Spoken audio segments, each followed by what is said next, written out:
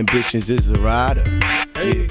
Welcome back to the Guillotines Geeks podcast. Today we're joined by the strip animal, James Gallagher. How's it going? Nice one, Colin. Appreciate you having me on, lad. Thank you. No problem. And we'll jump straight into it. What got you into the sport of MMA? I don't know what I exactly got. Well, what got me into it was the business in getting in my barber. He used to be the head coach of the jiu-jitsu team. It was like jiu-jitsu MMA, so they had it on twice a week. And on a Tuesday night, they did jiu-jitsu. And then on a Friday, they did MMA. So every time I'd have been getting my hair cut, I was only 11, 12 years old. I'd have been getting strangled in the chair with a gown and fucking clipped around the ear and that. So we were just always wrestling and messing around in the barbershop. And then he was telling me, and he was like, you should come up and try a class. And I always like fancy myself as a bit of a fighter, you know what I mean? When I was younger, growing up in that school and fucking just getting into fights as you do. But I always was like, yeah, I can have a go, you know, that kind of way. And then I went up to the class and there was no one there really my age. They were all about 17, 18. That's the kind of the youngest that was there.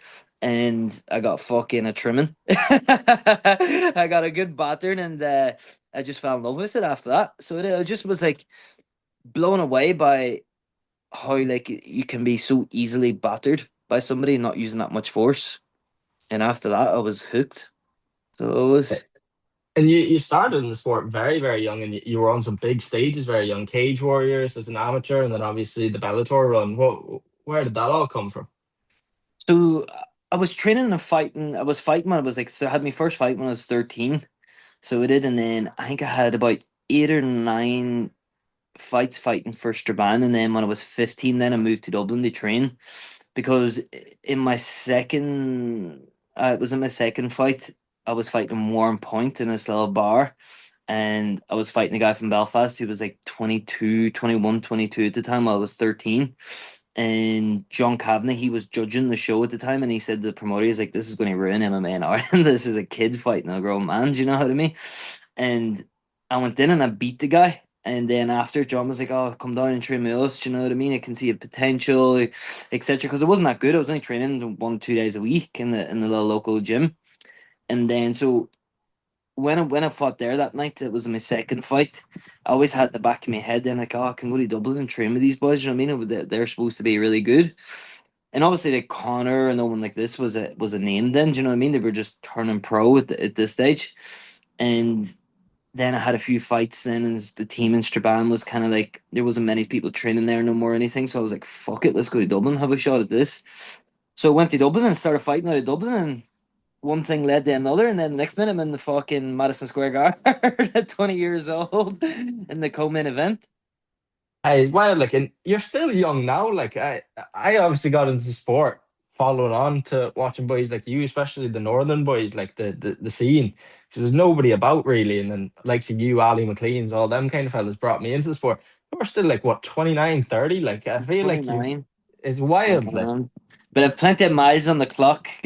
oh, like you're just coming into them kind of prime years at this stage, and it feels like you've been around for. Feels like you've been fighting. Well, as you said, you started 13. Like that's Yeah. 16 years of fighting. It's wild to think. Like, Yeah, and it's especially like now, I feel like I've been lucky because, as you say, I'm only coming into my prime, but that doesn't only mean physically; it means like mentally as well. Do you know what I mean? You only start to come a fucking grown up when you're this age. It feels. I'm still probably a few years before I grow up, but I'm feel lucky because I feel like I've experienced all that young, and I know what's what in the game now. And now that I'm in my prime, I can navigate it a bit more. Is where when you're a bit younger and you're fucking in all these arenas and you're going around here and you're doing this and doing that and getting a few quid for fighting and stuff, you feel like this is never going to end, or it's like this is it. But now with all the years of experience that I've got, all the ups and all the downs, and I feel like now I'm better to be able to manage all that and be able to handle it all, so that when I go into fight, I'm 100%. and it's like as you said, like you were in Bellator, Madison Square Garden, 20 years of age. Obviously, Bellator took you under their wing and pushed you to the moon straight away. Like it was mad. And what was kind of the thinking behind that? So it was kind of like one of them opportunities, you know what I mean? John, I was only 3-0 as a pro at the time, and they came to me and were like, "Do you want to sign to Bellator?" And it was really, really good money. And obviously, like in the MMA scene, there's not much money in it. Do you know what I mean? But when I got the opportunity to rebel, it was like, wow. Do you know what I mean? I'm only 18 years old. Do you know what I mean? This is the start of it. And then I got put on the main card now too in London. And the reception that I got out there was very, very good. And I was just like, fuck this, let's go. Do you know what I mean? And just got the head down and fucking kept working. Do you know what I mean? And then one thing led to another and one thing led to another after that. And I just kind of kept the head down and didn't look up. And now obviously signing with Ryzen, that was a massive signing. Is Ryzen the home for good now, or is there any other places you'd like But to fight? I never like to say always, and I never like to say never. So I don't. So, but I'm very, very happy at Rising. So this will hopefully I'm resting a little. I should have been probably fighting in August, but I have a shoulder niggle now. It's not an injury, but it's kind of one of them ones where if I keep going, it's going to turn into a big injury. So I have to get that sorted before I can keep going in fight camp. So hopefully I get that sorted now over the next month, and then get the head down again and fight again in November.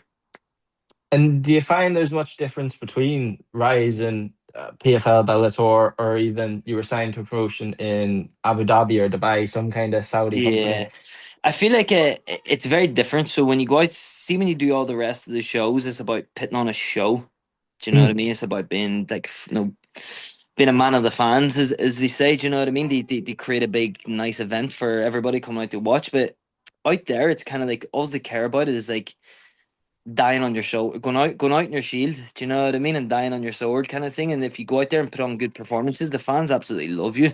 And the reception that I got out there the last time was phenomenal. And the whole setup of the show, there was 16,500 people in the arena. And when you're in fighting, the place is dead quiet. Mm. There's not a fucking, you could hear a pin drop, but see the minute that somebody lands a good jab, somebody lands a good like does a nice takedown or whatever it is, the place erupts. So it'll erupt for a few seconds and then just go dead quiet again. So it was like really, really different, but man, it was unbelievable. I can't put it into words how good it was to be out in Japan and the hospitality of Rising and just all the Japanese people in general. I was training at a good gym out there called Wiki Gym in Fukuoka, Japan, and the hospitality, mate, was second to none. I felt like a superstar out there. It's mad, like it's and you're obviously very well cultured, especially at your age. Like you've lived obviously Strabane, Dublin. You're out over in Manchester now. I met you obviously in Thailand. Like you've moved so many different places, and you've trained at so many amazing gyms. Obviously SPG, Bang Tao, and Subzone at the minute. Like, what do you think the key things you've taken from them three gyms, for example, is from each gym that's different to every other?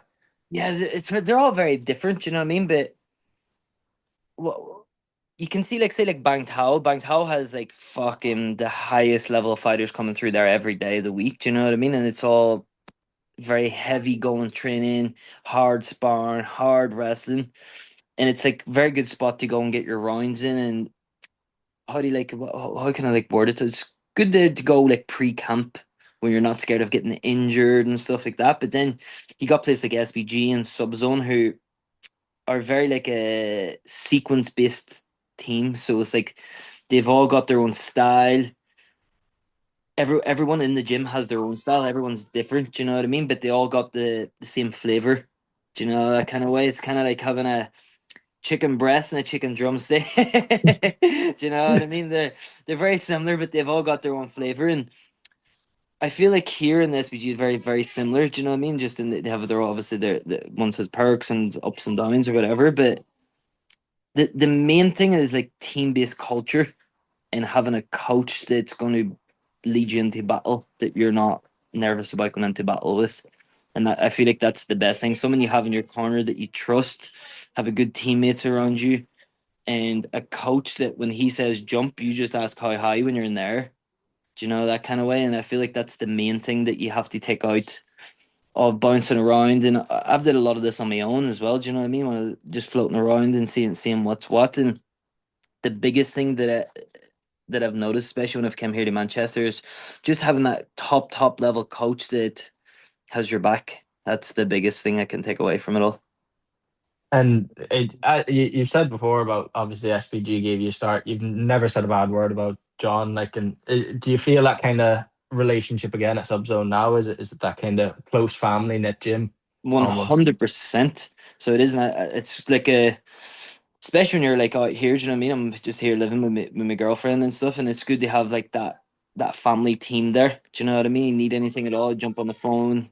You're there every other day anyway. Do you know what I mean? So you're just a good knit up group of boys that, if anything that was going on, they're the kind of boys that you want to give a ring to and give a shout. You know what I mean? If something does happen, so I'm just very grateful that I have that.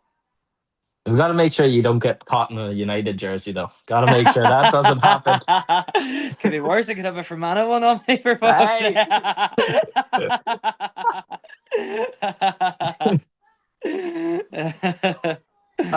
And as you said, obviously the shoulder injury is kind of setting you back for your next fight. But have you any opponents in mind? Any kind of dates, or is it just kind of get this shit fixed and that's it? Nothing, whatever comes comes.